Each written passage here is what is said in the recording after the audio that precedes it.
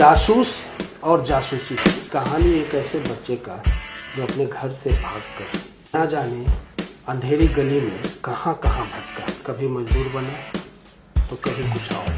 आज भी जब वो बात करता है तो वो 5 स्टार होटल को नहीं भूलता है जिसमें कि वो पार्ट टाइम काम करते हुए अपने जो बचाए हुए पैसे थे उससे अपनी दुनिया बनाया, जासूस और जासूसी के। हमारे साथ भारत के टॉप जासूस जिसको देखकर तो आपको लगेगा कि हाँ मैंने इसे देखा है, बार बार देखा है, बहरूपिये के रूप में देखा है, लेकिन देखा तो है। मैं आज उनको मिलवाता हूँ आपसे। मिलिए, हमारे साथ में है सुनील सिंह है मेरा। सुनील जी, आप जासूस हैं?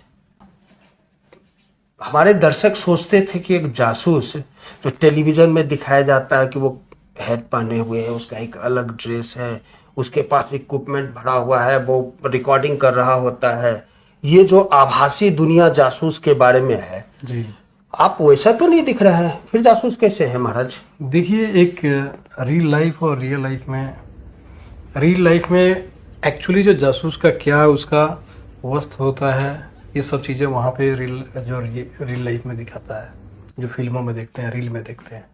रियल लाइफ में जासूस उस तरीके से टोपी लगाना, ये एक वो रखना, बंदूक रखना, एक करके ओपनली सीक्रेट चीज़ें वो इंटेलिजेंस के थ्रू एक अलग तरीके से लोगों में मिल जाए, घुल मिल जाए, एक अंडर कवर वर्क या कहीं तरह घुल लोग में मिल के अपना काम जो एविडेंस निकालना है वो उसको अच्छे से निकाल ले। तो मेन जो है, ऐसा कोई ज़रूरी नहीं कि हम बहरूपिया जैसे पूरा उसका ये टोपी लगाएंगे, ये करेंगे, वो करेंगे और लोगों के बीच में हाईलाइट हो जाएंगे, ऐसा नहीं। जब तक इंसान रहेगा तब तक समझिए कि जासूस ये रहेंगे, जासूसों की जरूरत तब तक है। आप रॉ एजेंट एक भी नहीं देखे होंगे कि सामने कौन रॉ एजेंट है, क्या है, उनके बारे में उनको वो फैमिली के बारे में कोई इंट्रोड्यूस भी नहीं कर सकता कि मेरे फादर या मेरे जो है रॉ एजेंट में है। आपकी फैमिली जानती है कि आप जासूस हैं? नहीं, ऐसे नहीं जानते। क्यों? बच्चे जब आपसे सवाल पूछते होंगे कि पापा आप क्या करते हो, और अगर टेलीविजन पर अखबारों में जब देखते होंगे तो फिर आपसे सवाल नहीं करते? देखिए, सवाल इन द सेंस कि हमारा अब इसमें सवाल घर वाले कुछ ऐसा नहीं कह सकते कि कुछ लोग जानते हैं, कुछ लोग नहीं जानते हैं, क्योंकि नज़रिया देखने का कुछ और होता है। बहुत लोग ऐसे रिलेटिव में, रिश्तेदारों में बहुत सारे लोग ऐसे हैं कि भाई वो गलत वे जासूसी का मतलब एक अलग तरीके में काउंट करते हैं। लेकिन रियलिटी में देखिए, अगर रियल लाइफ को अच्छे तरीके से देखिए तो जासूस एक ऐसा शब्द है, एक ऐसा वर्क है कि लोग जो है अपने कंप्लेन लेकर पुलिस में भी या अपने रिश्तेदारों से चीज़ें नहीं बता पाते हैं ठीक से। वो चाहते हैं कि अपने अंदर का जो बात है वो किसी ऐसे व्यक्ति से हम कहें कि वो हमारा पर्पज जो सॉर्ट आउट कर सके। तो उसको पर्पज को सॉर्ट आउट करने के लिए ना पुलिस कर पाएगी, ना कि कोई नेता, ना कुछ ऐसे, ना वो घर से भी कहते हैं कि अपने जो है इमेज को ख़राब ना हो, हमारी इन्फॉर्मेशन जो है हमारे दोस्त यार कोई ना जाने हम, क्योंकि इज्जत वाली बात होती है। तो लोग जासूस के पास आते हैं। जासूस बनने के लिए कोई विशेष ट्रेनिंग होता है क्या? देखिए, ऐसा कुछ नहीं है कि जासूस बनने के लिए विशेष कोई ट्रेनिंग होती है कि भाई आपको PhD करनी है या आपने MBBS या LLB करनी है तभी आप जासूस बन सकते हैं, ऐसा कुछ ज़रूरी नहीं है।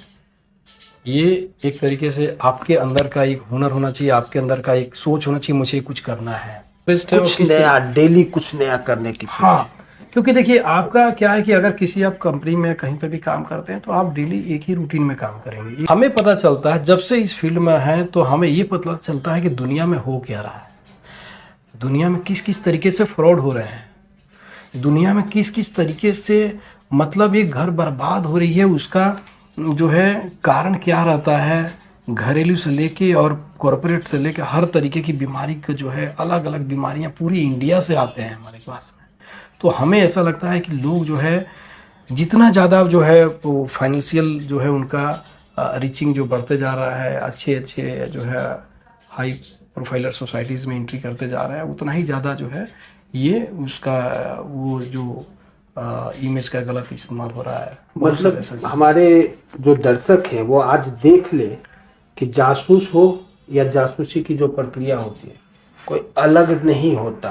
हमारे आपके बीच के ही लोग होते हैं, हमारे समाज के ही लोग होते हैं, कुछ विशेष नहीं होता। विशेष होता है तो एक अंत तक रिस्क लेने की क्षमता, और आप में जो कमियां हैं उसको उजागर करने की जो क्षमता रखता है, शायद वो एक परफेक्ट जासूस है। रिसर्च के दरमियान मैंने जाना कि ये बच्चा अपने घर से किसी कारणवश भागकर, बिहार के उस गलियों को छोड़कर, गांव से भागकर भटकता हुआ एक महानगर, दूसरा महानगर, तीसरा महानगर, अंत में दिल्ली, और दिल्ली में भी 5 स्टार होटल में बर्तन साफ करना, उसके बाद जासूस बन जाना, दूसरे की जिंदगी को बनाना। ये कैसे संभव हो पाया, और क्या था वो कहानी, क्यों घर से भाग गए, क्या है वो चीजें? वो कहानी काफ़ी, अब गहरे में जाएंगे तो बहुत लंबा कहानी है। आप जैसे एक दिन जासूस था के कि- तौर पे किसी के घर की चीजों को परत दर परत खोजते हैं ना, तो आज आपका दर्शक भी आपके बारे में परत दर परत जानना चाहता है। सही बात है, ठीक है। हमने उस टाइम 10th पास आउट किया था, 2006 की बात है, और हमें मीडियम क्लास से हैं। फादर मेरे ज़्यादा ड्रिंक वगैरह में रहते थे, हमेशा घर में झगड़ा लफड़ा कुछ होते रहता था। होली के दिन की बात है, फादर हमारे खूब बेहोश, एकदम होश हवास सब खूब बैठे थे, एकदम झगड़ा झुगड़ी घर में मदर से ऐसे चलता था। तो मैं घर का बड़ा लड़का मैं ही है। तो अब उस कंडीशन में जो है होता था कि यहाँ पे घर में हमको शांति नहीं मिली। हम जो है होता था कि पढ़ाई भी अच्छे से नहीं हो पा रही हमारी। 10th कैसे कैसे करके हमने पढ़ाई किया। फिर वहाँ से जो है गांव का ही एक जो है पर्सन बोला कि चलो चलते हैं बाहर। होली के बाद में जाने की प्लान थी कि चलो बाहर चलते हैं कहीं। तो हमने उसको बोला कि यार आज ही चलो मैं आज ही जाऊँगा। दूसरे दिन तुम बोलोगे मैं नहीं जाऊँगा। आज बोलो अभी मैं चलूँगा, नहीं तो मैं कहीं और चला जाऊँगा। मतलब घर छोड़ना था? हाँ, हमको घर छोड़ना था। फिर हम वहाँ से हम लोग चले गए बैंगलोर। उस समय एज आपकी लगभग?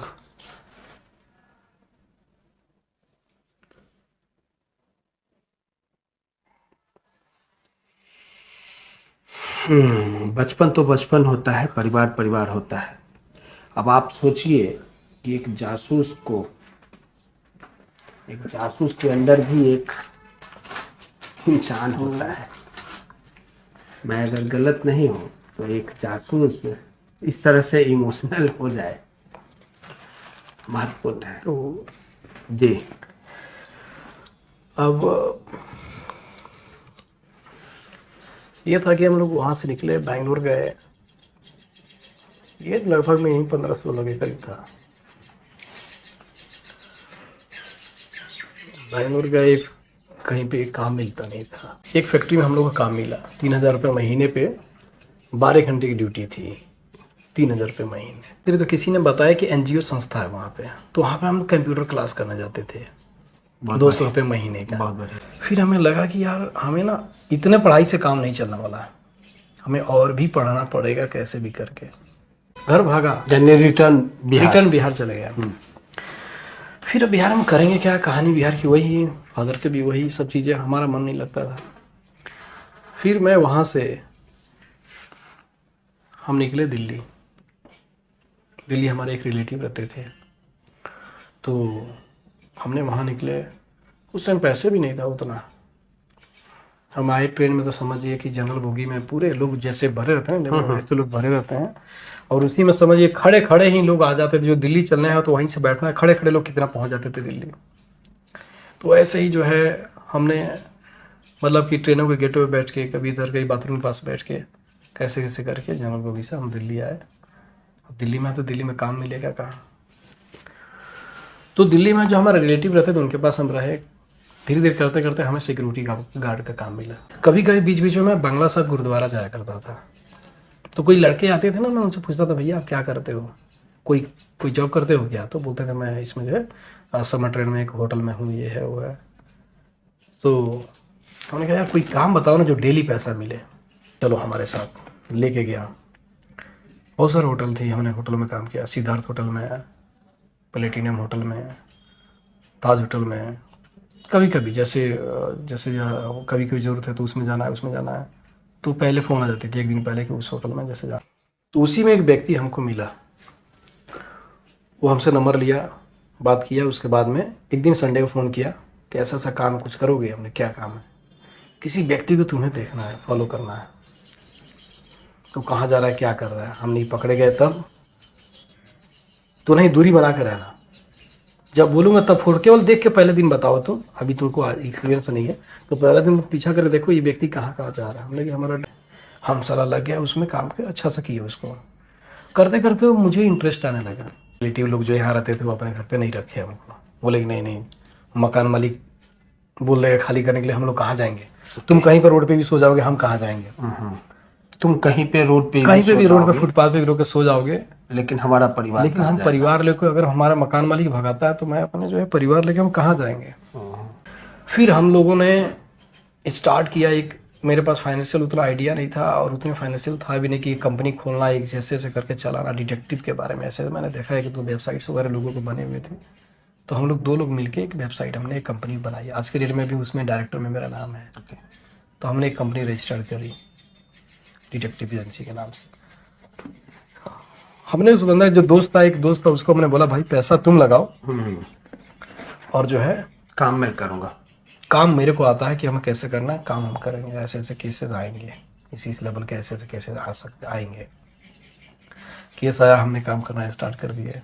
केस आने में लगी, काम होता था, सारा चीज़ें, जो भी पैसा आता था उसमें ज़्यादा उसको दे दिया था, हमने ले लिए।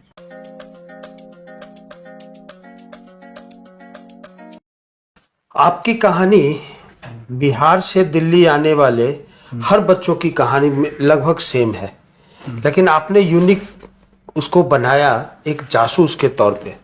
आज भी वहाँ जासूस और जासूसी शब्द थोड़ा सा अटपटा टाइप का लगता है। हाँ, मतलब और नज़र में जब आप उसको कैरियर बना रहे हैं, हाँ। तो यहाँ तो बहुत बड़ी दिल्ली है भाई, राष्ट्रीय राजधानी है। तो जासूसों में भी बड़े बड़े जासूस, टेलीविजन के बनाए गए जासूस भी थे।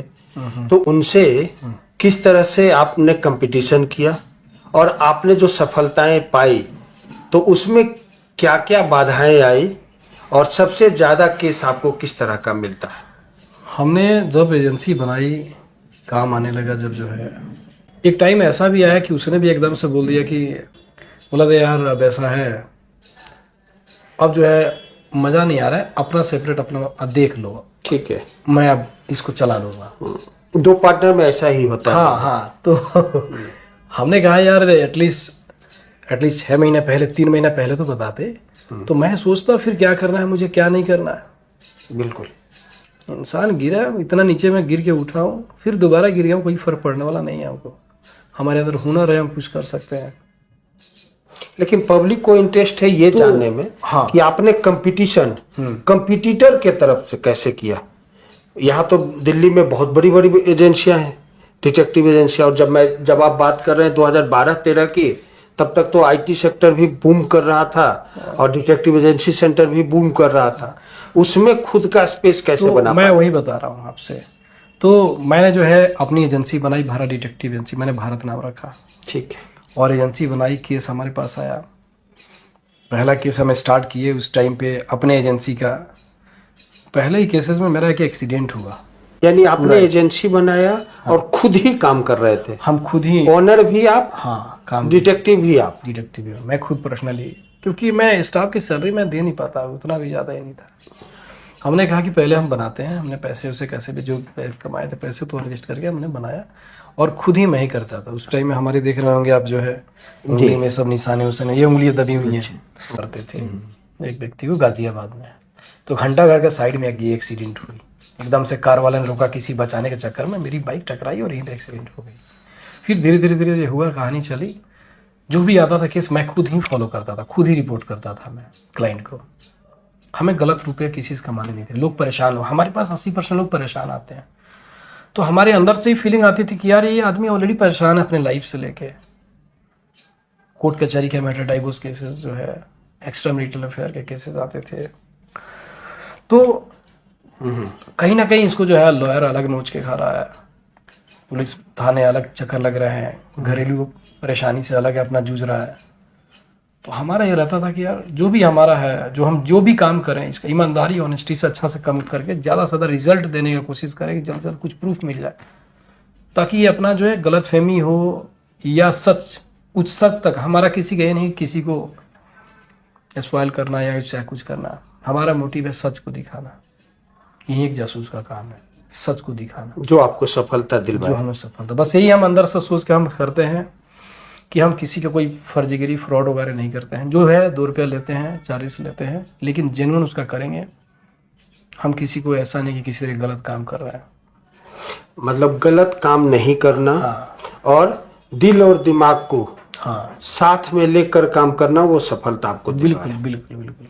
अब अगला सवाल ये है कि आपके पास सबसे ज्यादा किस तरह के केसेस आते हैं? सर सबसे ज़्यादा अगर मैं बात करूं तो सबसे ज़्यादा जो केसेस आते थे एक्स्ट्रा मैरिटल अफेयर और डाइवोर्स केस का। इवन अभी भी आज के डेट में भी सबसे ज़्यादा यही है। उस टाइम पे लोग प्री मैरिज वेरिफिकेशन बहुत कम करवाते थे। रिश्ते खास करके जो मैट्रिमोनियल वेबसाइट जो रिश्ते आते हैं उसमें ज़्यादातर जो प्रॉब्लम आती है, क्योंकि एक दूसरे को लोग जानते नहीं है। गाँव में क्या होता है, गाँव में शादियाँ होती है तो गाँव में कोई ना कोई रिलेटिव मिल गया, आपके जानने वाला मिल गया। गांव में कोई गड़बड़ कुछ होता भी है, किसी फैमिली में अगर इनकरप्टेड कोई फैमिली है तो सामाजिक तो सामाजिक आसपास किसी के बारे में पूछेंगे तो वो बता देगा हाँ ऐसा ऐसा बात है, वो सब कुछ पता चल जाएगा। लेकिन सिटी में तो आप बाजू वालों को भी नहीं जानते हैं। तो अब गांव में, सिटी में जो है लोगों को शादी करने का जरिया मैट्रिमोनियल सेलेक्ट करना पड़ता ही है, लेकिन लोग वेरिफिकेशन नहीं करवाते, जिसकी वजह से जो है डाइवोर्स केसेस का चीज़ें एक्स्ट्रा मैरिटल अफेयर बढ़ता रहता। शादी हुई और 1 साल 6 महीने के बाद में पता चलने लगता था भाई इसका कुछ और चल रहा है, इसका कुछ और चल रहा है। तो कहीं ना कहीं वो जो लाइफ वो सही से चलता नहीं था उनका, फिर उनके डाइवोर्स तक बात हो जाती थी। पहले प्री वेडिंग जो है verification, pre wedding background verification बहुत ज़रूरी है आज के डेट में। जाना इस सच है क्या, तो उस सच को पता करने के लिए जासूस के पास हमारे पास आते हैं। माफी चाहूंगा बीच में रोकते हुए, अगर जब मैं रिसर्च कर रहा था तो मुझे ऐसी जानकारियां मिली कि आज आप शादीशुदा हैं, लेकिन आपकी शादी की प्रक्रियाएं भी बड़ा मतलब जासूसी के साथ में ही रहा है। जासूस और जासूसी की कहानियों के साथ में रहा, और शायद पहले 1-2 शादियां आपकी फिक्स हुई, फिर जासूसी के चक्कर में दोनों शादियां कैंसिल हुई, और जो भी कुछ ऐसी कहानी है क्या आपकी जिंदगी का? ये पहली शादी जब फिक्स हुई थी, मतलब कहानी है ऐसा? हाँ, और उसमें भी जासूस और जासूसी का रोल है। मतलब उसमें ये है कि मतलब एक टाइम पे ऐसा रहा है कि मतलब कि ये प्रोफेशन मेरे लाइफ में भी बहुत हेल्प किया है, बहुत हेल्प किया है।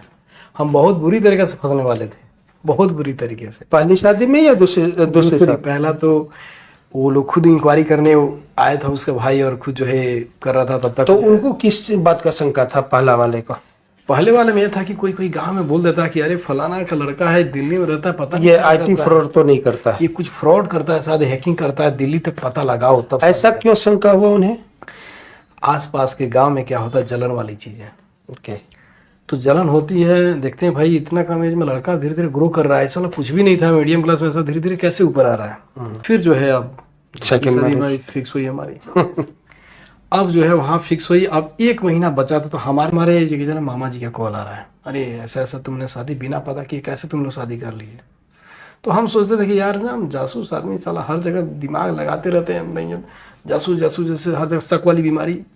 गांव में है, 2-4 लोगों से हमने पूछ लिया, बस ठीक है, गांव में उतना कुछ ऐसा है नहीं बीमारी, लेकिन गांव में भी बीमारी है और ज्यादा जटिल है। हाँ, जो है तो बहुत ज्यादा। अब आप सोचिए कि आपकी शादी 2 बार अरेंज की गई, हाँ, और दोनों बार डाउटफुल रहा, और वो प्रूफ के साथ में डाउट में हमने सोचा उसमें, उस केस में कि अब साला आप करें तो क्या करें। तो आदमी कहते हैं कि यार अगर शादी अगर आपकी फिक्स हो गई है, जो पास्ट था। आज के डेट में देखेंगे तो पास्ट हर किसी का है, थोड़ा बहुत जो भी है, बहुत कम 100 में से। जिंदगी ही क्या जिसकी कहानी ना हो। तो कहानी तो होगा ही ना। हमारे कहने का ये था कि यार जब शादी फिक्स हो गई, अब चल रही 2-3 महीने से हम बात कंटिन्यू कर रहे हैं, फिर उस पास्ट को प्रेजेंट तक चलाना, कंटिन्यू करना ठीक बात नहीं है। तो हमने एक ही 20 मिनट की रिकॉर्डिंग मिली हमें, उस रिकॉर्डिंग हमने सुना। वो रिकॉर्डिंग पास्ट से लेके प्रेजेंट से लेके फ्यूचर तक उसमें पूरा डिस्कशन थी। और बहुत सारे फोटोज़ वगैरह भी मिली मेरे व्हाट्सएप चैटिंग से, रिलेटिव फोटोज़ वगैरह बहुत सारे मिले। आपके कुछ चर्चित केस रहे हैं, बॉलीवुड का भी और आम जिंदगी का भी। तो बॉलीवुड की मैं बहुत ज़्यादा, चूंकि वो काफ़ी बड़े नाम होते हैं, तो बॉलीवुड का जो एक्सपीरियंस था आपका वो कैसा रहा? और क्या बॉलीवुड के लोग हमारे जैसे ही होते हैं या फिर बिल्कुल अलग ही जिंदगी होती है उनकी? नहीं, ऐसा नहीं है। ज़िंदगी तो देखिए, वो भी एक आम इंसान है, वो भी एक रोबोट तो है नहीं। अब लाइफ वाली जो बात है, एक नॉर्मल इंसान जो है मीडियम क्लास की ज़िंदगी जीता है, और एक लग्जरियस जो लाइफ होती है, जो एक अच्छे जैसे जैसे पैसे कमा रहे हो उसके हिसाब से वो उनकी ज़िंदगी अलग तरीके से थोड़ी सी जाती है, थोड़ा स्टैंडर्ड लाइफ जीते हैं। हमने बहुत सेलिब्रिटी के साथ और उस चीज़ में काम किया है, कुछ मूवीज़ वगैरह के भी छोटे छोटे चीज़ें, लेकिन अब उनके मैं नाम या कुछ ऐसी चीज़ें डिस्क्लोज नहीं करेंगे। तो फ़ोटो भी नहीं खिंचवा पाते हैं, बहुत बिल्कुल बिल्कुल बिल्कुल बिल्कुल। तो हमने काम किया है, हमने देखा है, तो हम ये ऑब्जर्व करते हैं कि मतलब लोग ज़्यादा जब मॉडर्न होते हैं तो उसमें अपने फैमिली को कंट्रोल नहीं कर पाते। जासूस और जासूसी कितना खतरनाक काम है ना। क्या इसमें कभी आपको, आपके साथ है ऐसा अनुभव हुआ है कि वाकई में ये खतरनाक है? हुआ ही नहीं, हुआ है, बिल्कुल हुआ है। हमारे एक केस था उस टाइम, एक कॉरपोरेट का केस था। एक फार्मास्यूटिकल कंपनी थी, दवा बनाने वाली। वो मैटर कंपनी से रिवील हुई थी।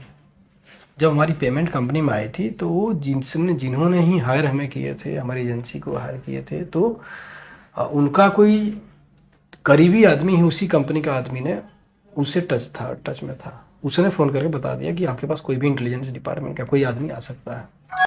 अब हमें पकड़ लिए, वो पकड़ के लेके गए वहाँ पे थाने पे, लोकल थाने। तो पुलिस ने आपको सपोर्ट किया? पुलिस ने सपोर्ट नहीं किया। पुलिस ने अब क्या था कि उसने पुलिस को ही कुछ पैसा वैसा दिया, खिलाया बोला। पुलिस ने कही ठीक है, इसका इन्वेस्टिगेशन जो है एक एसपी करेंगे, वो करेंगे, जो भी है बताना चलाना, पुलिस का दावा। तो किसी का जासूसी करना बिल्कुल लीगल है? देखिए क्या है कि आप एकदम ऐसा भी नहीं, कुछ पॉइंट पे लीगल भी है, कुछ पॉइंट पे अब जहाँ पे इनलीगल वाली जब बात कहेंगे तो होता क्या है कि कोर्ट बोलती है कि कुछ प्रूफ चाहिए मुझे। प्रूफ, अब प्रूफ लाएगा कौन? मैंने आपको ही बताया। तो कोई प्रूफ होता है कि जो छुपा के चोरी करके लाया हुआ कुछ एविडेंस, अगर उसको लीगली इस्तेमाल कर दिया गया और वो लीगली प्रूफ हो गया कि हाँ ये प्रूफ मिल गया है, तो उसको मतलब एक प्रूफ में कन्वर्ट कर लेते हैं एक तरीके से। वो ऐसा नहीं कि वो इनलीगल तरीके में माना जाएगा। हमने प्रूफ लाया, जो कोर्ट बोलती है लाया है, ठीक है। आज के समय में लेकिन अब आप कहिए कि इनलीगल पीछा करना भी आज के डेट में किसी को इनलीगल है, पीछा भी नहीं कर सकते। बिल्कुल बिल्कुल बिल्कुल इनलीगल है पीछा करना, लेकिन है क्या, कुछ तो हम कुछ सीमाएं आपने लांघा है तो कुछ सीमाएं हम भी लांघ लेते हैं। बिल्कुल, यही है जासूसी, यही है जासूसी, है ना? बिल्कुल। और ये सीमाएं हम इसलिए लांघ रहे हैं कि ये सीमाएं लांघने के लिए बोला गया है। बिल्कुल ठीक है। आपके काम में तकनीक का कितना सहारा मिलता है? तकनीक का तो बहुत सहारा मिलता है। टेक्नोलॉजी, जो टेक्नोलॉजी है, टेक्नोलॉजी की तो सहारा मिलता ही है बहुत। उस केसेस में कंपनी अथॉरिटी देती है कि आप हमारे ऑफिस में कैमरा लगाइए, तो उसकी इजाज़त से ही हम लोग जो है स्पाई कैमरा फिक्स करते हैं। उसमें ऑडियो रिकॉर्डर, वीडियो रिकॉर्डर आता है, रिमोटली आप कहीं से भी कंट्रोल करके देख सकते हैं। मैं सवाल करूं कि भारत डिटेक्टिव जो आपका है, उसकी सबसे बड़ी सफलता, सबसे बड़ी सफलता को कौन सी सफलता, कौन सी कहानी के रूप में बता सकते हैं आप? देखिए, तो ऐसे तो केसेस बहुत सारे हैं, फिर भी जो फेमस भी हुआ तो बहुत सारे केसेस हैं। किस में बात करना चाहते हैं, डाइवोर्स केस में या फिर एक्स्ट्रा मैरिटल अफेयर में? देखिए, अब इतना डिफाइन तो हम नहीं कर सकते हैं, लेकिन आपको ऐसा लगता है जिसमें कि आपका दिल को भी सुकून मिला, ऐसा लगा कि आपने काम करके किसी की बहुत बड़ी सेवा की है और आपको पैसे भी आपके हिस्से का, ठीक है, दोनों तीनों चीजों में सफलताएं मिली है, तो आपको लगता है कि ये मेरी जिंदगी का सबसे बेहतरीन काम था? सही बात। तो ऐसा कौन सा काम था?